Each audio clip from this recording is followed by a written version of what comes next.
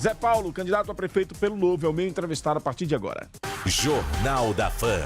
Entrevista. Meu caro Zé Paulo, bom dia, bem-vindo aos nossos estúdios. Bom dia, Narciso. Bom dia a todos que fazem a Rádio Fã. Bom dia a todos os ouvintes e bom dia também a todos os telespectadores. Meu caro Zé Paulo, como é que está a caminhada até aqui? Qual é a avaliação que você faz da campanha? É muito positiva. Eu e os demais candidatos do partido, os candidatos a vereador, temos recebido um acolhimento bastante caloroso. A impressão que a gente tem é que o Novo veio para atender a uma expectativa da população. As pessoas estão cansadas dessa política antiga, desses esquemas antigos. As pessoas querem uma renovação e mostram isso nas ruas. Eu tenho estado em todos os bairros, tive a oportunidade, já disse isso mais de uma vez, tive a oportunidade de conhecer verdadeiramente Aracaju agora, desde o período da pré-campanha, e conversando com as pessoas, eu pude entender um pouco mais o que são as necessidades concretas, né, dessas pessoas, porque às vezes a gente concebe o que são os problemas, né, sem ouvir ali o que a pessoa está vivendo no dia a dia. Isso gera uma visão um pouco distorcida. Então eu tive a oportunidade de encontrar as pessoas, de conversar com as pessoas, né, pessoas as mais variadas, dos mais diversos bairros. Isso foi bastante enriquecedor. Foi uma experiência de vida assim, fenomenal. Em um pouquíssimo espaço de tempo, eu pude aprender o que eu não esperava aprender em muitos anos. Agora, dentro dessa perspectiva, me chama a atenção essa curiosidade. Tem alguma coisa que você colocou dentro do plano de governo, que a partir dessa experiência de conhecer essa realidade, você disse, não, isso aqui a gente precisa melhorar, isso aqui a gente precisa mudar? Teve sim. Em relação à população, eu nunca imaginei que um espaço público, uma praça, ela fosse tão importante para a população, uma área de lazer. Então isso, em alguma medida, ficou num segundo plano, né, no nosso programa de governo. E mais do que isso, não adianta entregar as praças, a gente pôde ver como a manutenção das praças ela era importante. Então surgiu uma nova ideia, que foi a celebração de convênios com as associações de bairros, para que, uma vez entregue a praça, o município ele entregue recursos financeiros para as associações, para que as próprias associações cuidem dos espaços públicos. Logicamente que de forma fiscalizada, né, haverá o estabelecimento de metas, mas a gente percebeu que mesmo as praças que foram criadas e foram entregues à população, elas invariavelmente se deterioraram. E as pessoas começam a diminuir a frequência, né?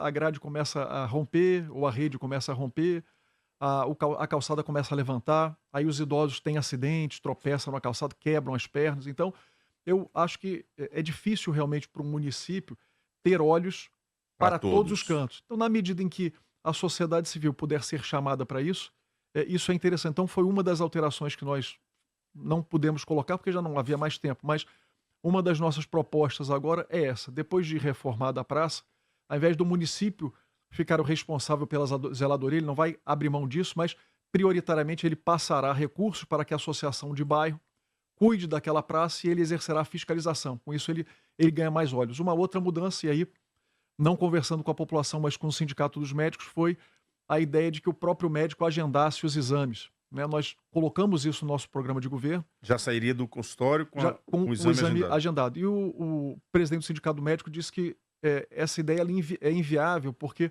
o médico ele precisa atender.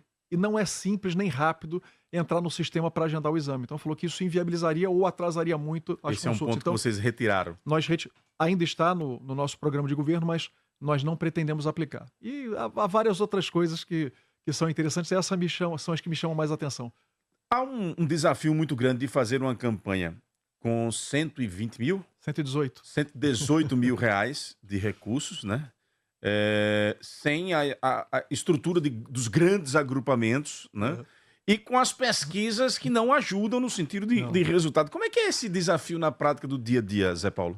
Vamos lá. Primeiro, em relação aos recursos. 118 mil é dinheiro pra caramba, né? Não é pouco dinheiro. Mas se você for comparar com as outras campanhas, 118 mil foi o que o partido recebeu para todos os candidatos, né? Não para o candidato a prefeito. Ali não é só da majoritária, não. Ali é para todos os candidatos, prefeito e todos os vereadores. Então, imaginar que tem gente aí com 4, 5 milhões de reais. Só para o prefeito, né? Só para o prefeito, exatamente. E os vereadores, muitos com os 240, 214, 220 e tal. Então, é um desafio, é lógico, né? Os recursos financeiros sempre ajudam. Nós precisamos contratar pessoal, né? A equipe de marketing, você sabe que é algo caro, você manter um social media é algo que custa, você ter alguém para que cuide do planejamento, da organização da campanha, é difícil. Então, o que nós fizemos? Né? Otimizamos os recursos e somos nós que fazemos tudo. Então, eu rodo no meu carro, com a minha gasolina, da mesma forma todos os vereadores rodam com os seus carros, gastando a sua gasolina, pedindo a ajuda, o apoio, né, a pessoas que são simpatizantes do partido, abrindo vaquinhas para que as pessoas façam doações e cada um responsável por uma atividade dentro do próprio partido. Né? Então somos nós mesmos que panfletamos isso, evidentemente já estava na nossa proposta, mas nós precisávamos de mais braços, mais pernas para que a panfletagem ela se desse no âmbito maior. Mas, enfim, nós é que temos que fazer, então nós vamos fazer, não vamos reclamar, não. Vamos agradecer porque acabamos nos tornando mais robustos e mais agradecidos também. Temos mais contato com a população. Talvez se tivéssemos mais pessoas, não tivéssemos esse feedback tão próximo. Em relação às pesquisas, eu não acredito nelas, né? Até porque a variação ela é muito grande de uma para outra. E acho que a decisão dessas eleições está na mão daquelas pessoas que ainda pensam em votar branco e nulo. Se essas pessoas entenderem que o voto branco ou o voto nulo é um voto no sistema, é um voto de apoio a esses grupos políticos que já estão aí e em relação aos quais a população está insatisfeita, aí a eleição muda e a gente passa a ter muito mais chance. Eu acredito nisso. Durante esse período de campanha, o que é que você tem sentido um pouco das ruas em termos de tendência eleitoral? Nós temos uma tendência, na sua opinião, de manutenção ou de mudança? De mudança. Essa é uma tendência evidente. E é tão evidente que o próprio candidato do governo, ele se mostra como um candidato da oposição. Às vezes, embora apareça ao lado do governador e do prefeito, ele, na verdade, no discurso, fala em avançar, né, em mudar algumas práticas que são completamente opostas às que vêm sendo adotadas. Por exemplo, diz que vai realizar concurso. Estão há 20 anos aí no governo, e quantos concursos realizaram? Diz que vai utilizar a guarda numa função de patrulhamento, como órgão de segurança pública, porque isso já foi, inclusive, declarado pelo Supremo Tribunal Federal. Mas por que não fez isso até agora? A guarda sucateada com 430 homens, com determinados destacamentos, grupamentos que não têm condições nem de trabalhar de segunda a segunda, o GTO trabalha de segunda a quinta porque não tem efetivo, o grupamento que toma conta dos terminais trabalha de segunda a sexta porque não tem efetivo. Quer dizer, nada foi feito até agora, mas ele diz que adotará essas posturas. São posturas opostas. Hoje, o que o governo tem é um conjunto imenso de cargos em comissão e contratações temporárias, que inclusive dão margem para escândalos como os que houve agora em relação à obrigação a que essas pessoas participem de carreatas e festas, que não é uma exclusividade dessa eleição, vamos ser sinceros, né? Isso acontece em praticamente todas as eleições, mas acontece exatamente porque a administração municipal optou por enchê-la de servidores comissionados e terceirizados que não têm estabilidade, né, que não têm segurança e, portanto, para garantir os seus empregos, acabam se submetendo ao que for necessário. Mas a tendência é evidentemente de mudança. A população está insatisfeitíssima. Você que quer participar da entrevista com o candidato Zé Paulo, manda para cá a sua pergunta por WhatsApp através de texto, tá bom? Como fizemos com todos os outros candidatos e candidatas. Magna Santana, 8 em ponto, sua pergunta. Esta não é a voz de Magna Santana. Reconecta ela aí para que ela possa trazer a pergunta para o Zé Paulo. Mude sua vida financeira com o Banese Card e a MovePay. Mais controle nas suas compras e pagamentos rápidos e seguros. Acesse e saiba mais em movepay.com.br e banesecard.com.br. Vocês mantiveram a determinação e a postura do Novo de não utilizar o fundo eleitoral? Não, esse ano pela primeira vez nós utilizamos o fundo eleitoral que veio nesse volume, né? Foram no total, R$118 mil para todas as candidaturas. A ideia do partido continua a mesma, de tocar as campanhas com recursos privados, mas ficou claro que a competição ela é muito desigual. Não há ainda uma cultura do brasileiro de contribuir para aquelas campanhas em que eles acreditam. Então, com isso, o Novo vinha sentindo uma dificuldade muito grande em colocar os seus candidatos para disputar as eleições. E por isso, nessas eleições, ele mudou. Embora os recursos sejam pequenos, ao menos deu para contratar advogado, contador para todo mundo, né? Advogado e contador para todo mundo, e comprar o material para todo mundo, os perfurados, os santinhos. Isso, ao menos, o partido conseguiu oferecer, que é o mínimo, mas já ajudou bastante. Com a equipe de candidatos que vocês colocaram para a Câmara, vocês têm expectativa de fazer ao menos uma vaga? Temos sim. É uma chapa bastante homogênea em termos de valores, mas heterogênea em termos de locais para busca de votos. Então, são pessoas que moram em locais diferentes, que professam religiões diferentes, e com isso a gente acaba ganhando, né, em termos de capilaridade, embora sejam só 15 os candidatos. E me diz uma coisa, Zé, das pautas que você tem trazido para a eleição, qual é aquela que você percebe que tem a melhor recepção por parte da população? São muitas, na verdade, porque a população ela reclama de saúde, de educação, de segurança, de mobilidade. Então, toda vez que se fala numa alternativa para a educação, as pessoas acolhem. Se fala para a saúde, as pessoas acolhem. Mas, pegando uma que é um consenso, eu imagino que seja a administração mais eficiente com a colocação de servidores efetivos e a escolha de diretores com base no critério do mérito. Isso, acho que a população já percebeu que faz toda a diferença. Você pode ter um quadro extremamente eficiente, se você não tiver uma boa direção, a maior eficiência das pessoas não adianta nada, não resulta num serviço de qualidade para a população. Isso seria para os mais diversos órgãos? Todos os órgãos. A administração tem que ser tocada por cargos efetivos, por servidores ocupantes de cargos efetivos. Então, o que eu tenho dito aos comissionados, que naturalmente têm o receio de perder os seus cargos, é natural, que os cargos em comissão serão substituídos por cargos efetivos e todos terão a oportunidade de prestar concurso, né? Com isso, acaba aquela agonia de, em toda mudança de governo ou mudança de alianças políticas, o comissionado ficar sem saber o que vai fazer. Mas o que nós apresentamos no plano de governo foi um número de cargos em comissão nunca superior a 10%, uma prioridade para a escolha dos comissionados dentre o quadro dos servidores efetivos e concurso para aquelas áreas que são as áreas fins. Então, acho que a população já entendeu. É lógico que quando você fala, por exemplo, mobilidade, a ideia da suspensão da faixa exclusiva que gera engarrafamento da cidade, a ideia da colocação da SMTT nos pontos de estrangulamento de trânsito, porque a gente não sabe onde o engarrafamento acontece, mas a SMTT dificilmente é vista no local, né, que são coisas simples, mas que afetam o dia a dia da população, a colocação da guarda efetivamente nos terminais, nas praças, enfim, a população está muito carente porque todas as áreas elas estão deficientes. Mas eu acho que sim, essa parte de melhoria na eficiência, ela vem tocada à população, muita gente quer concurso público e o concurso não vem.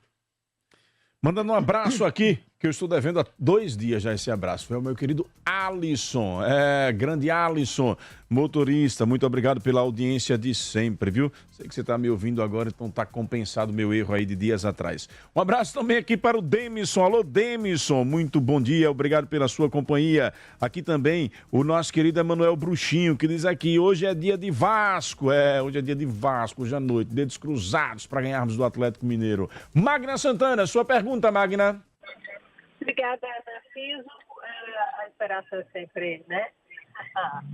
Você aí, bruxinho. Bom, O secador do meu Vasco, Magna. Tira o secador do meu Vasco, Magna. É só uma constatação. Mas, enfim, bom dia, candidato. Meu questionamento, um deles é como é que o senhor avalia esse processo pela sua postura e como vem desenvolvendo a sua campanha, esse fogo cruzado que tem acontecido de muitas denúncias, uma enxurrada entre os seus candidatos aí opositores, né, os que estão aí na rua disputando a prefeitura de Aracaju. Como é que o senhor avalia tudo isso e como é que o senhor acredita que o eleitor está recebendo isso e deveria se comportar diante desse cenário, né, de quem estava junto, aí agora já não presta, e aí acusa, e de repente pode até estar junto no segundo turno. Eu queria que o senhor pudesse avaliar isso. E uma pergunta administrativa, o que é que o seu programa de governo prevê para a ocupação do espaço público? A gente percebe, lamentavelmente, que é uma ocupação muitas vezes desordenada, por exemplo, até empreendimentos mesmo, que devidamente com a chancela até do próprio poder público, autorizado, com a BIT e tudo mais, ele vai crescendo, mas ele não pensa na acessibilidade, na mobilidade, no acesso. Causa um grande impacto no trânsito da nossa cidade e vira um caos. Como é que o senhor vê isso? O que é que o senhor analisa e o que é que o seu programa de governo prevê, principalmente também a ocupação até no centro da cidade? Esse é o meu questionamento. Alô, Maninha Grazi, ela disse que eu tô devendo o abraço dela tem um mês, um cheiro no seu coração. Candidato, fique à vontade. Bom, em relação ao fogo cruzado, infelizmente a campanha já virou uma baixaria, né? Eu acho que é natural você apontar os defeitos dos outros candidatos, né? Se um candidato tem uma denúncia de corrupção, tem uma condenação por corrupção, ele foi mal avaliado, praticou um ato determinado que seja contrário aos nossos valores e contrários à lei, é natural que as pessoas exponham, porque é uma competição. Então você expõe as suas qualidades e expõe os defeitos dos outros. Mas eu acho que há formas de fazer isso. A gente não precisa agredir a pessoa. Eu aponto o fato e mostro, olha, aquele candidato tem esse fato no seu histórico. Você acha que esse fato é relevante? Então, eu acho que faz parte, de novo, faz parte você apontar os defeitos dos outros, mas sem você partir para as agressões pessoais. Você aponta o erro, a conduta e deixa que a população decida. Quando você começa a entrar nessas rixas pessoais, você transborda, na minha visão, você mostra para o eleitor que para você não importam os meios, que vale tudo, né? Não importa. Se eu quero ganhar a prefeitura e para ganhar a prefeitura não interessam os meios. Depois eu peço desculpas, depois eu me resolvo. Então eu fico entristecido com esse tipo de conduta. E, infelizmente, dá audiência, né? Então as pessoas fazem isso porque dá audiência, os candidatos fazem isso porque também dá audiência, mas a gente perde a oportunidade do debate verdadeiro. O debate sobre ideias e sobre o histórico do candidato. Então, é justo que um candidato aponte que o outro até pouco tempo estava no polo oposto e agora é aliado, defendendo? É justo dizer que um candidato ele não está criticando os erros do governo? É justo dizer que o candidato foi demitido por justa causa? É justo, é o histórico, é um fato. Daí a ficar humilhando, espezinhando, agredindo pessoalmente, é coisa diferente. O fato é esse, né? E a gente vai discutir sobre os fatos e sobre as propostas. Então, eu acho que a gente ainda tem muito que aprender, mas, assim, me perdoem os ouvintes e telespectadores, tem que partir também de nós eleitores, né? Quando nós damos guarida a esse tipo de coisa, damos vazão, acolhemos esse tipo de debate, os políticos que estão preocupados só com o voto, né, eles acabam embarcando nele. Em relação à ocupação do espaço público, há 2 pontos, há muitos pontos, mas 2 eu ressalto. O espaço público ele é ocupado na medida em que ele seja aprazível. Então, se você tem uma boa zeladoria, uma praça, uma calçada, uma ciclovia bem iluminada, bem capeada, com mato cortado, policiado, as pessoas, as famílias, passam a frequentar esses locais.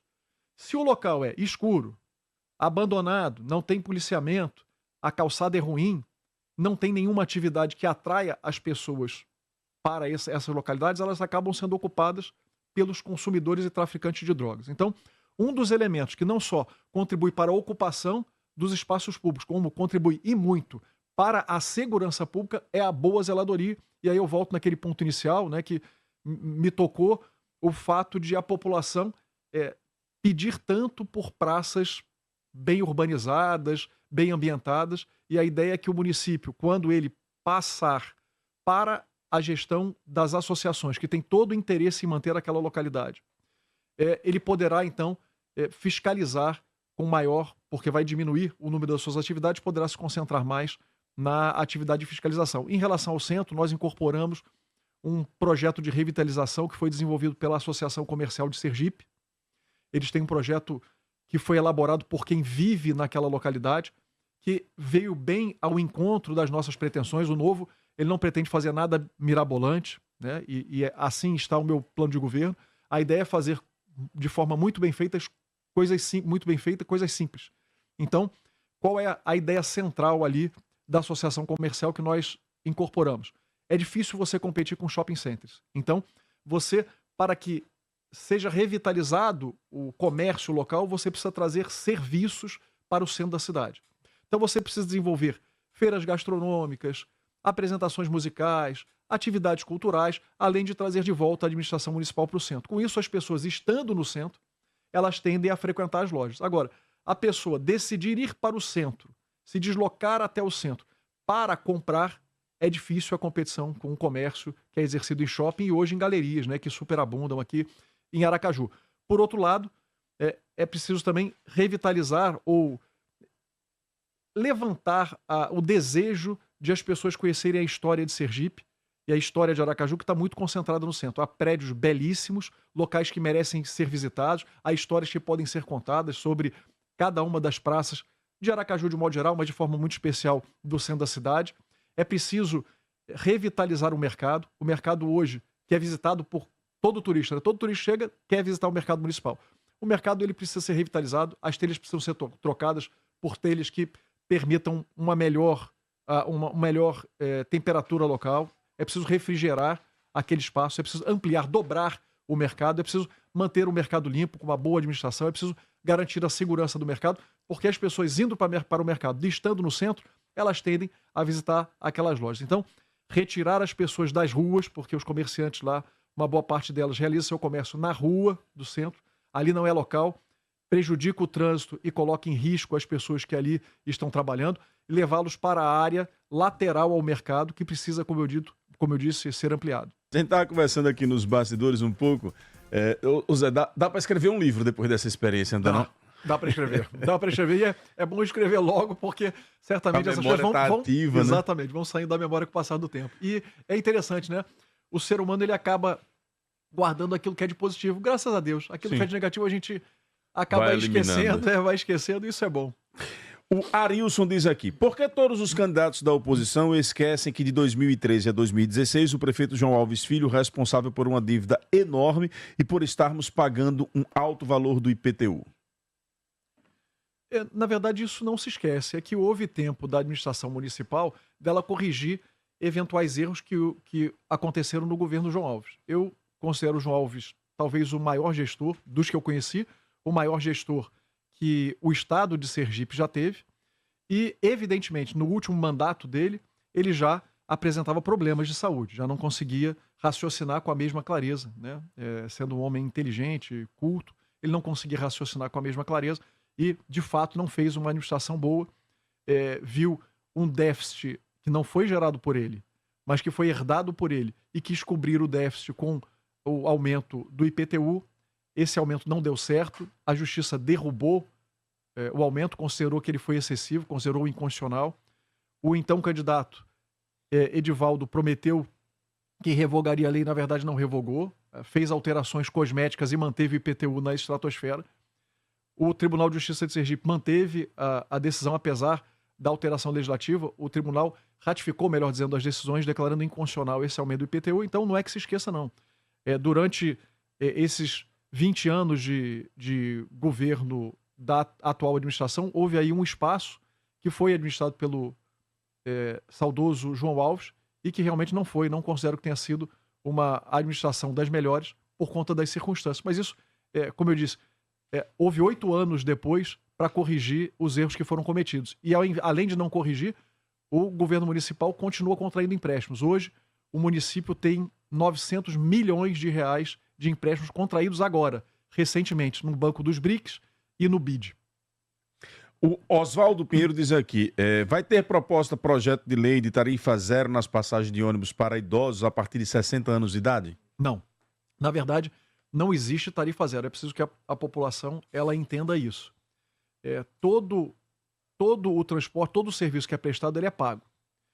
Quando eu tiro essa dívida da população, se a população parar de pagar a passagem, quem vai pagar é o município. E o município, então, perderá recursos que ele pode aplicar na educação, na saúde, na mobilidade.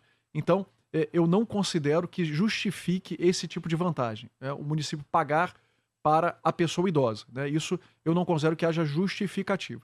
Então, nós temos projetos de melhoria da mobilidade, de ônibus que tenham acessibilidade, de terminais que tenham acessibilidade, de calçadas que permitam o trânsito dos idosos, de esporte nas praças para que os idosos possam aproveitar o espaço, mas a ideia de que o município custeie a passagem não parece, pelo que nós vimos até agora, algo que se justifique.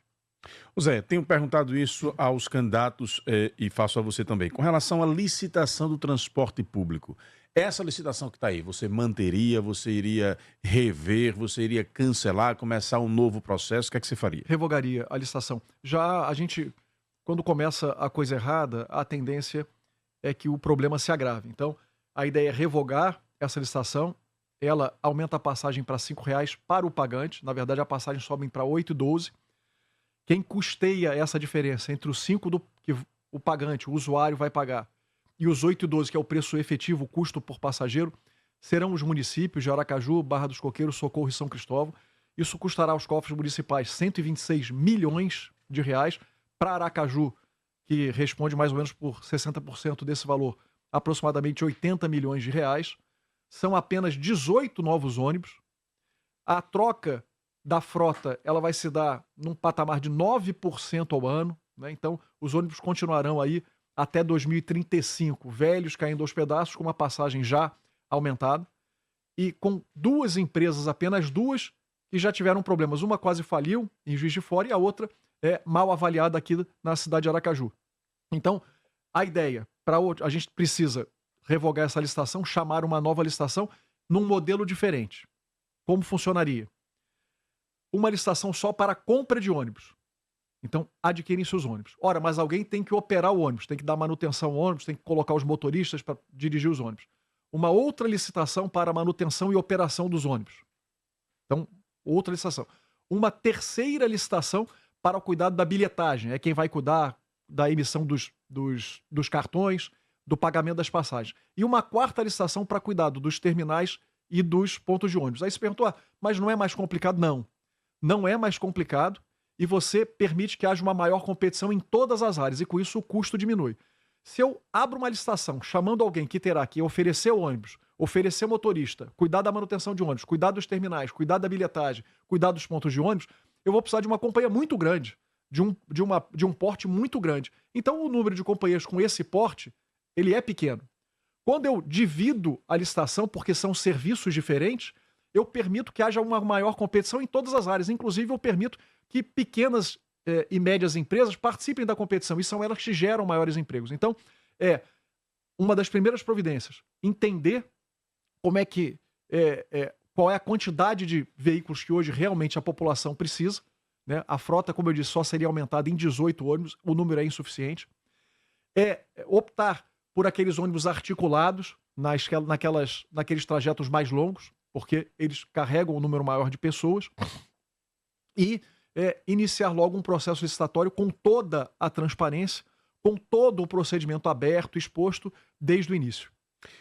Pensando em comprar um lote ou construir uma casa na Barra dos Coqueiros, o próximo lançamento da Urbana Incorporadora tem uma vista incrível. Acesse meurbane.com.br e saiba mais. Uma campanha inclusiva deve ter um olhar para todos. Pensando nisso, a França Pirotecnia dispõe de fogo de artifício de baixo ruído, tudo para não incomodar os bichinhos e nem as crianças com espectro autista. Faça contato pelo Instagram, @fogosfrançapirotecnia, ou entre em contato pelo 999 99 27 999, 99 99 27 99. França Pirotecnia, brilha mais nessa eleição. Zé, suas considerações finais, por favor. Bom, quero agradecer a oportunidade, Narciso e equipe da FAM, que sempre me foi dada desde a pré-campanha. Isso é importantíssimo para um partido, sobretudo, para todos, mas sobretudo para um partido como o Partido Novo, que não tem tempo de televisão, por isso não nos estão vendo na televisão. Eu agradeço a gentileza com que eu e todos os candidatos do Novo são tratados aqui. Sei que é a mesma gentileza dispensada a todos os candidatos. E quero me dirigir ao eleitor aracajuano. A eleição, ela não está decidida. As pesquisas, elas não são confiáveis, com todo respeito, né? A história mostra isso. O governador Zema tinha 7% de intenções de voto às vésperas praticamente das eleições e terminou o primeiro turno com 42%, foi eleito governador de Minas Gerais. Aqueles que pensam em não votar, aqueles que pensam em votar em branco ou nulo, farão a diferença nessas eleições. O voto branco, o voto nulo, a ausência na votação, ela simplesmente apoia o sistema.